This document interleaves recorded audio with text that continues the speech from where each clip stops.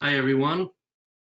Let's wait a few more minutes for everyone to join in. I'm putting myself on mute, and we'll be back in a minute or two.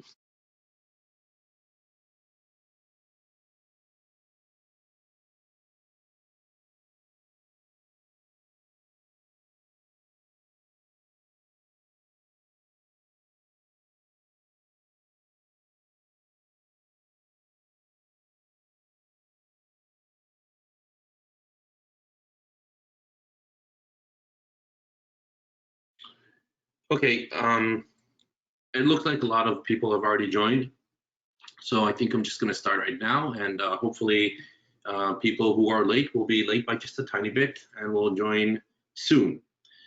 So good morning, everyone. Welcome to the second webinar of our 6-week Future of UA webinar series. I am Itai Kafri, Director of Product Growth here at Badal. We're here today to talk about data, big data, blind spots, data loss, and how to transform all this into insights. For those of you who aren't familiar with us, Badal is a user acquisition and creative optimization platform. Our aim is to help media buyers make the most out of their UA investments by empowering them with data-driven decisions. Obviously, the key word here is data-driven. And in order to make data-driven decisions, you need to have a foundation of data, but you need that data to be able to inform you and to generate some insight. So we deal a lot with data and with information and with insights, and that's what I want to talk about today. We have an open Q&A box to take live questions. I will try to get to all the questions within the time that I have for today. But if I do run out of time, keep an eye for a follow-up email, and I'll send out to cover all the remainder of the questions. One slide about the company, and then we go to data. Badal is a 10-year-old company. During 2019, we managed close to $1 billion of spend that ran through our platform and generated multi-billion dollars of revenue for our clients. And all that is based on our knowledge around data that we'll talk about right now. So without further ado, this is my passion. I love data. I love it in tables, I love it in grids, in Excel, and whatever you give it to me, in graphs, in charts. Some call me a data geek, although I just refer to myself as accurate. So this here represents the reason I wake up in the morning. This is what I like most. Now, do you all know what this graph is? I'm waiting as if someone will answer, but you're all muted. So let me answer it for you. The data behind this graph is absolutely nothing. It's just made up numbers that I put together. And do you know what this little lonely marker is here? This marker is obviously a mistake in the data. And how do I know it's a mistake in the data? I know it's a mistake in the data because it doesn't fit here with my trend line. So that, my friends, is the fundamentals of data. I'm just kidding. But now that we've broken the ice, let's get serious and talk about data in relations to paid media and user acquisition. As a starting point, it's very clear that all the budget shift that we've seen from traditional marketing to online marketing is all thanks to data in targeting and in analytics. This is the driver of its success. Data-driven marketing means you can find your best audiences, your best users, within the least amount of investment and high control over your spend. The agenda for today will start with setting up the scene. Setting up the scene means discussing the different types of data we have or need. Then we will discuss the two different sides of the coin, the irony of the data. From one side, we have too much data, a data overload, right? From the other side, we have too little data, and we have some deficiencies there and some lack of data. Once we establish that, let's talk about how to generate insights out of our data by transforming it into information first and then drawing conclusions. And we will finish off with a few best practices, tips and tricks that you can start tomorrow that will potentially help you make that transformation. So starting off with the available data points that we have today. This is very high level. We have our conversion data. These are obviously all the steps your users take in your app or website. This data lives in multiple sources today, depending on whose property the user is on while performing the event. When that user is on a marketing channel's property, especially the big channels like Facebook, like Google, Snapchat, Apple, TikTok, Twitter, etc., they own the tracking, they own the spend, the impressions, the clicks, etc. Once that user steps off the channel into your own property, we continue to track them with pixels, cookies, SDKs, and so on. Some of the conversions require additional logic. I'll give you some examples.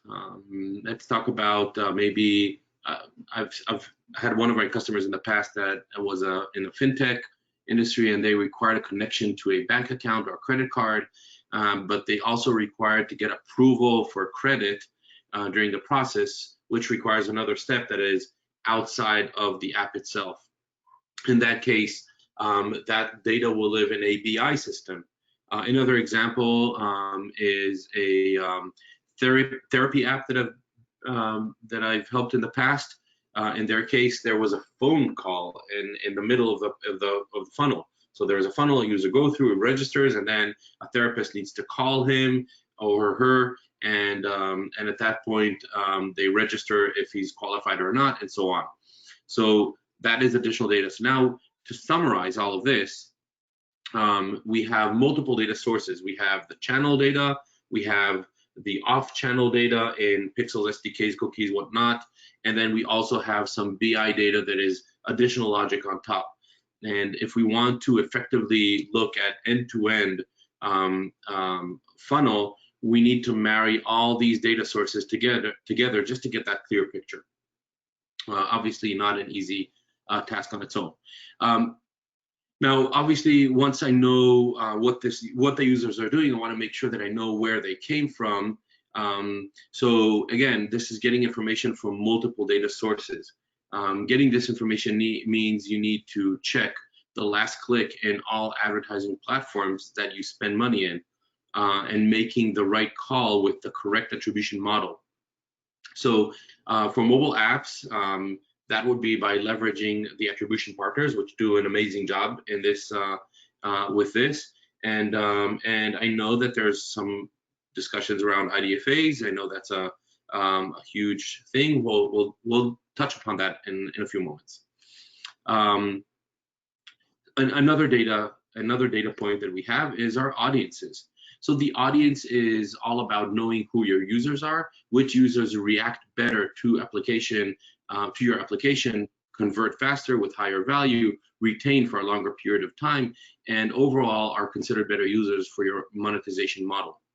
The thing here is that the networks have done so much user data and have invested so much in labeling the users, labeling us, we are their inventory, that they know what you're looking for better than sometimes you know.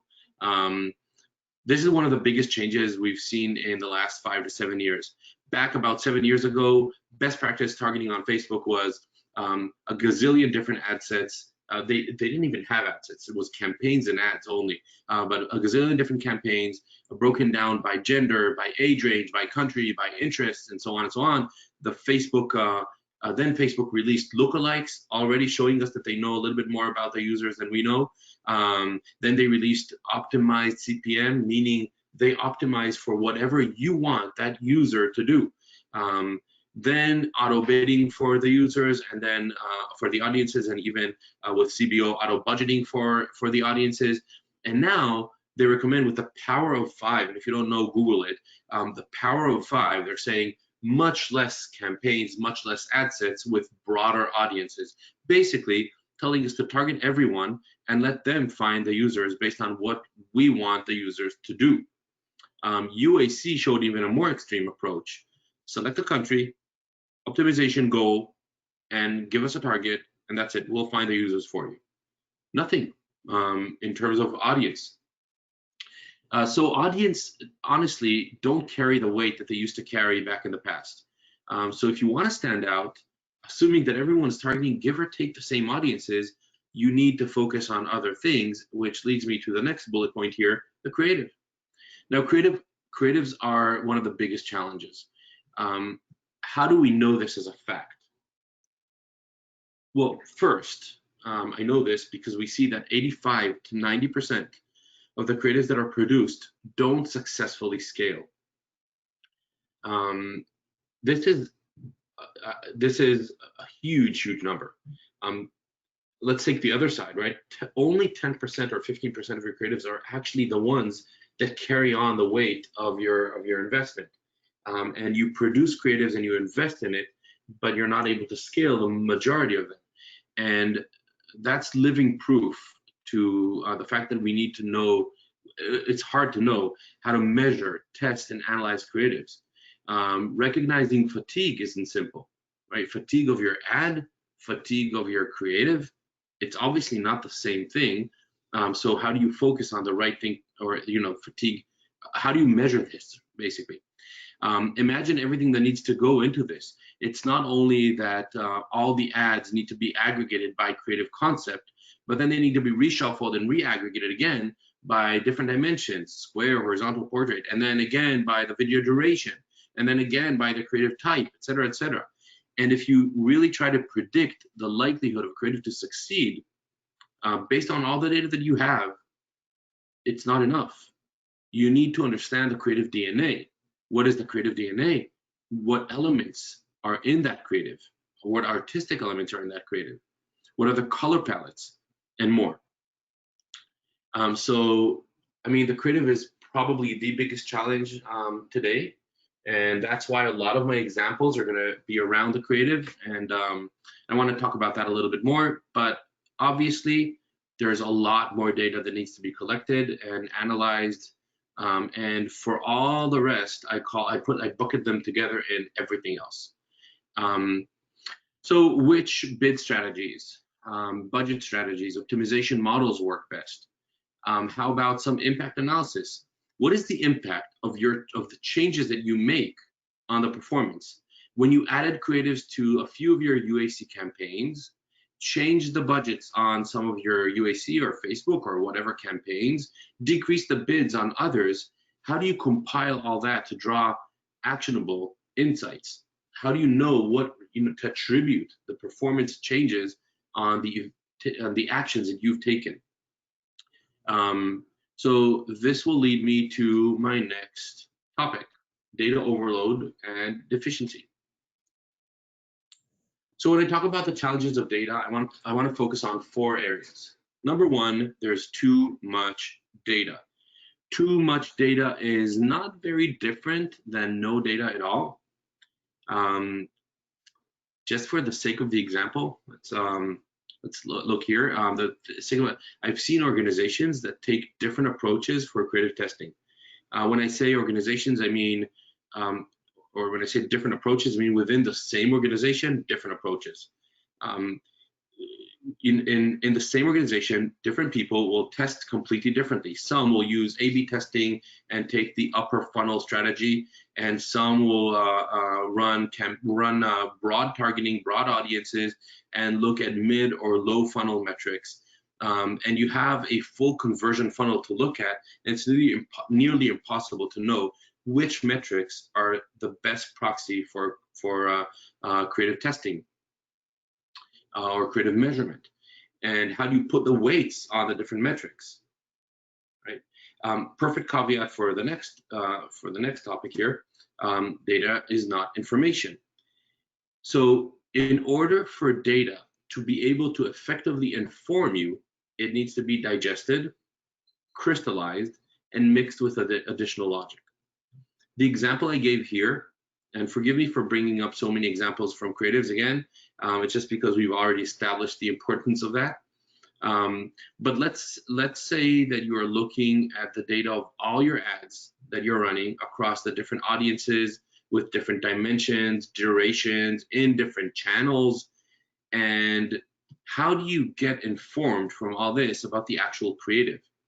And I mean the artistic design interpretation of the creative, the concept. How do you know from all that data if the performance is good because this is square, or if the performance is good because this is a certain concept, or maybe it's just because 10-second videos just work amazing, just have the best performance. It's hard to attribute. You need to redigest it again and again and again. So data is not enough to inform us. But it's not over yet.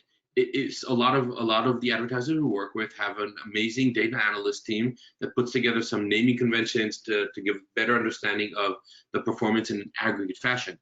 It's still information at that point, and information is not insights. To get your information in place, you need to search for it. It's already aggregated, yes, it's not data, but you need to request it. You can't request all the information, it's too overwhelming. The insight is the icing on top of this multi-layered data cake. It's kind of like, okay, here's what I found, and here's what needs to be done. That's an insight. The foundation of this whole cake is accessibility to the data. And here's where we go to the hot topic of the week, missing data. So although we have too much data from one side, too many data points, we still are missing other pieces that can be, in some cases, just creating, a hole in my data. So it's just missing there. And when it's missing, a lot of people tend to just, look at one level above or kind of look at the sides. But in other cases, it can be misinforming us and leading us to take the opposite actions than what we should have. Some examples. So let's give one example. One example that is just a hole in the data, and one example that actually misinforms us. So in UAC, UAC just doesn't help us really understand the performance of my individual creatives or assets in general. And if I only have 20 slots for videos, I want to do a smart selection. I want to make sure that I'm putting in there the 20 videos that work best. But I don't know what's working best because there's a lack of data there. It's just missing. It's a blind spot that makes it difficult to make smart creative selections for my ad groups. Another example, and by the way, what I've seen is that users just let it run with, choosing the latest creatives that were produced and not really the most effective ones within UAC. Another example, and also in UAC, the non-attributed iOS search inventory. So when you target iOS devices and some of the inventory goes towards search on that device, Apple does not share that information with Google, and so Google does not share that information with you. So you don't have that information essentially. Now this will result, you are paying for those impressions, for those clicks. So this will result with high CPIs, high CPAs, and low ROAS for iOS campaigns. This may lead to a decrease in your investment in iOS, or even worse, people may assume that the app is doing amazingly just with organic traffic, because all those installs and revenue will come back as organic, and that may decrease the total investment in the app because of the assumption that organically it's just growing amazing, and that is a wrong answer. That is the wrong decision. So let's talk about missing data a little bit more, starting off with the elephant in the room. iOS 14 IDFA policy. Okay, this announcement that Apple made is taking effect in iOS 14 sometime in September. Right now, it looks like it's a tsunami or an earthquake in the industry, and it is a growing trend. And to be very honest, it was written on the wall. A few years ago, around I think it was 2010, Apple was sued for a mobile app privacy breach because they were providing advertisers with what was called UDID, which is the consistent device identifier. that can identify the device accurately. When that happened, they made a change and replaced UDIDs with a dynamic parameter called IDFA. The user can reset that parameter, or in iOS 6, they then released the ability to limit ad tracking and not pass the IDFA. Fast forward, we all know this story, nothing new. Fast forward, Google released the same functionality for Android devices, and it was the same. It was just a matter of time until it becomes a standard. So now it seems like it's becoming a standard in iOS 14. There are already rumors and talks about the fact that Android will probably follow with the same path soon. So let's go over the facts. Let's go over the impacts and the possible solutions. Just a small side note before I go into this. The webinar today is not intended to put this at its core. And between now and September, there are going to be 1,000 webinars specifically on this topic, and I encourage you to join them and listen into them. But for today, I just want to scrape the surface here, and then I want to talk about some additional performance data losses that we can actually impact, or we can help with, or we can control, or you can control, obviously. So starting with the facts. IDFAs are going away. It's likely that there will be a very tiny portion of population that understands that it's not all bad, because anyways I'm getting so many ads. I'd rather have ads that I care about, or ads that are tailored to me, than, you know, for me showing an ad for lipstick. I don't know. I don't think that will work well unless my wife has a birthday, right? So I want them to be somewhat tailored, but the majority of the population probably will say no. So that's fact number one. IDFAs are going away. Fact number two, advertisers cannot stop investing in iOS. Overall, globally, iOS takes a fairly small portion of the pie, but in the matured, developed countries, it's a different story. In North America, 52% of the mobile devices are iOS. It's not an audience you can ignore. So now let's talk about the impacts of this new policy.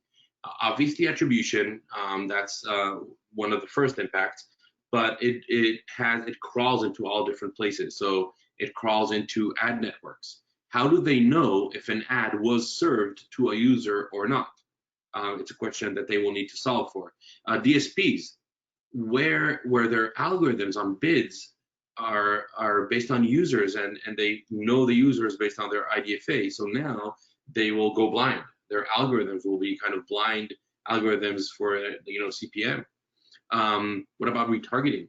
We are all used to taking our lists of IDFAs and uploading them for retargeting. Now we don't have those IDFAs anymore. We may not have them.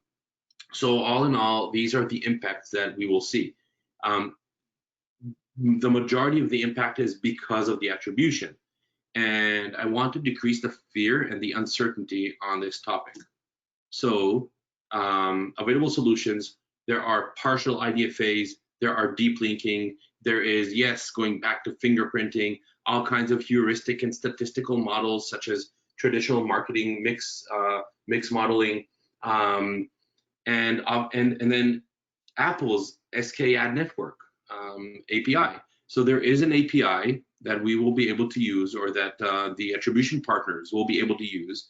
And bottom line, this will be solved, maybe with less deterministic solutions and less elegantly, but for the purpose of user acquisition, we will have a fairly accurate data to help us make the right decision. So that's kind of to reduce a little bit of the, you know, fear that's going around here. Going on to moving on, there's a lot more data that is missing besides the IDFA, and it's been missing for a while. So just, you know, out of all these are just examples. There's a lot more, but I want to emphasize a few. View through data on Facebook. Facebook's new policy about, I think, a few months ago, I think it from April, they don't allow the attribution partners to send user level data that is view through, only click through. So that killed a portion of the data. What about API limitations? API limitations. So creative attribution in a dynamic language optimization ad on Facebook, or a carousel ad on Facebook, or a placement asset customization in Facebook, or Unity's creative packs and more. We just don't have API functionality to give us that attribution. And so we don't know performance metrics for those creatives within these ad units. What about limited transparency? This one here. Limited transparency is not due to a lack of API functionality. This is limited transparency due to the complexity of attribution. Like UAC's asset level. There's just a user sees an ad, he doesn't see an asset. So if there's an install, how do they attribute that install? And they just decided to attribute it to everything. So to all the assets that were in that ad. Also, the same complexity in Facebook DCO or TikTok's version of dynamic creatives. All the same complexity. What about the impact, the action impact on performance? We talked about that a little bit before. So that's another issue that we want to solve for. So let's take all of these and put them in a magic quadrant here. I want to see one axis that looks at the timeline, whether it's the past or the future, it happened or it didn't happen. And then the other axis talks about whether it's privacy or not related to privacy. And if we organize all of these in the magic quadrant, we'll see a few interesting things. First, the first insight is that there are no planned data lacks or data, missing data in the future that are not because of privacy. Now, they will happen, but they're just not planned. They happen when they happen. It makes no sense to plan for, I'm going to limit the API, right? So that's insight number one. Anything on the top of the graph will be user level data that's missing. Anything on the bottom will be probably asset attribution issues. And many of the data points that are missing, you can compensate for with some thought and a little bit of data science in order to drive insights. So that's what I want to talk about next. But just to start off, right? In order to generate insights, you need a strong data foundation.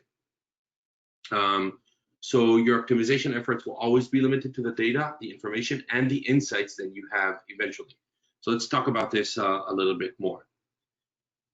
First off, let's talk about data. Data is the raw, unprocessed facts, usually in the form of numbers, right? This is an example here. This is a list of ads with their stats over a certain time range.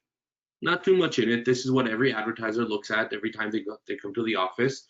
In order to make informed decisions, they export this, in most cases, into either a Tableau or some other BI system or just Excel, and start pivoting around to find some more, to make smart decisions.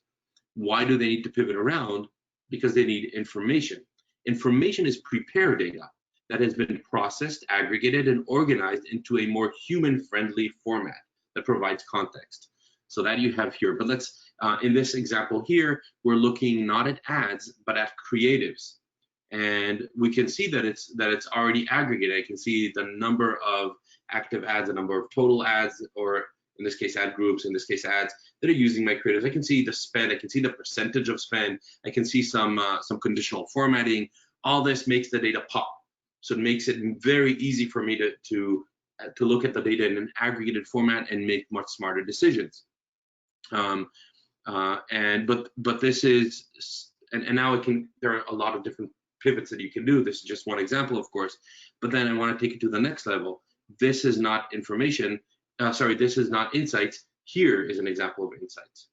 Insights are generated by analyzing the information and drawing conclusions. So in this example, we have ranks. Rank is taking multiple metrics into account. I can also see here a conclusion on the creatives, right? So conclusion can come in many different forms. They can come in pause these ads, pause these ad sets, increase the budget, decrease the budget, smart creative suggestions, et cetera, et cetera. But a conclusion is, I've analyzed the data, this is what I found, and this is what needs to be done. And that is the insight.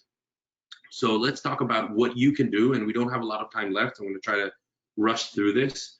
What you can do to make that transformation easy. First off, group entities logically. Use naming conventions, labels, or whatever method you want in order to create logical relationships between your assets. And then you can analyze groups. So in this example here, I want to see zombie versus Rick Grimes for a Walking Dead game, whatever. And I have different scenes. So I have a zombie attack in the street. I have a zombie attack in the house square. I have a zombie attack in the house horizontal. I have Rick Grimes in the street. I have Rick Grimes in the house square. So now I can start looking at groups. I can see groups of squares, a group of horizontals, a group of Rick Grimes, group of zombie, group of house, or group of street. And all that could be analyzed much, much easier than just looking at the individual assets that I have. So that's tip number one. Tip number two, use a calendar. Mark, so one way to use a calendar is to always make your big changes on a certain day of the week. So always on Monday, I add new assets into my campaigns, or something like that. But any way you look at it, have everything written down on a calendar. Then you will be able to run an impact analysis. That without that, it's very, very difficult. You just see changes in the performance, but you don't know what to attribute it to. So now I can follow if I made a change in the bid or a change in the budget in a graph, or maybe I can look at when I added new assets, which assets they were, and so on. So mark on a calendar every time you make a big change, a significant change. Next, algorithms will help you fill in the blind spots. Now, this may sound very big, and it is very big, but you can simplify. In the same way that a predictive LTV can be very complex, or you can think of a very simple version of it. Take the 7-day revenue, divide it by 7, multiply by 180 to generate a 6-month revenue prediction. You can do the same for campaign revenue on UAC and distribute it down to the assets by the ratio of impressions, the ratio of clicks, the ratio of installs, or a smart combination. The more data science you pour into it, the more accurate it will be, and the more the better it will inform you. Next, let's talk about methodologies and scoring. When you have a lot of metrics that you need to look at, like measuring creatives, and we talked about that a few times today, there are the upper funnel metrics and the lower funnel metrics. Put some weights into it and create a score. It will take you some investment for the first time, but once you do that, you'll be able to look at that one single metric that takes everything into account under it. Makes it much easier to make informed decisions again. And that's an insight already. Last one, the creative element mapping. If you ask your creative designers to add 3 to 5 labels to every single creative, make it mandatory, you will quickly learn which elements in your creative resonate better with your audience. That will even enable you in the future to predict the likelihood of your creative to succeed. I'll give one last tip here. That's a bonus tip. I'm running up here I'm running short on time here. So make sure that your marketing tech partner supports these things. With the vast amount of data that you have, getting a little help from technology to take off some of the heavy lifting of the analysis can go a long way. So check with your marketing technology provider and see what out of these things they can help you with, and that will make a big difference. And with that said, I see that we're starting to run a little short on time here. So for the sake of saving time, I'll answer just a few questions, and the rest will go over to being answered by email. Let's see what I have here.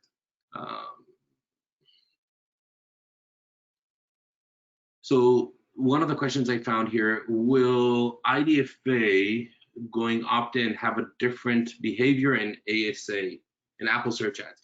As far as we know, no. Apple Search Ads is just another platform. Even though it belongs to Apple, it will not behave differently over there, at least not in the near future. Maybe further down the line, Apple will give priority with their own internal ad network and capabilities and so on. At the moment, it doesn't look like that at all. And let's go for another question quickly. Which metrics do you recommend looking at for creative analysis? So which metrics do you recommend looking at for creative analysis? That's a big one, and I'll give my answer, but I'm not going to. Don't sue me if in your case it won't work exactly in the same way. Let's say that I will focus on the main KPI of what I need to achieve. So if it's ROAS or a CPA, depending on the type of app. If it's a subscription, I'll go for a CPA. If it's revenue, I'll go for ROAS. That will take the majority of the weight. So I'm going to take that. I'm going to take the maybe payers rate. I'm also going to take conversion rate for installs and put them and play around with their weights, and then build a weighted average. So I would build that in Excel and play around with the weights by taking my current data, spilling it in there, and creating that score. And when you play with the weights, you'll see that score change, and you'll feel comfortable at some point. This score looks good for a bunch of ads, for like 10, 15, 50 ads. When you reach that point, you can rely on that a little bit more and take it further on. So that's the way I would do it. I would play around with the numbers and in the weights and take all these metrics together. It looks like that's about all the time we have here today. Again, there are a lot of great questions here. I will still get to them. Don't worry. I'll send out a follow-up email with the rest of these answers, and that's about it. I hope this session was valuable for everyone, and I'd love to talk more with anyone who's curious. My email address is super simple, super easy, written down here, itai@badalgo.com. Thank you very much for joining us today, and have a great rest of the day.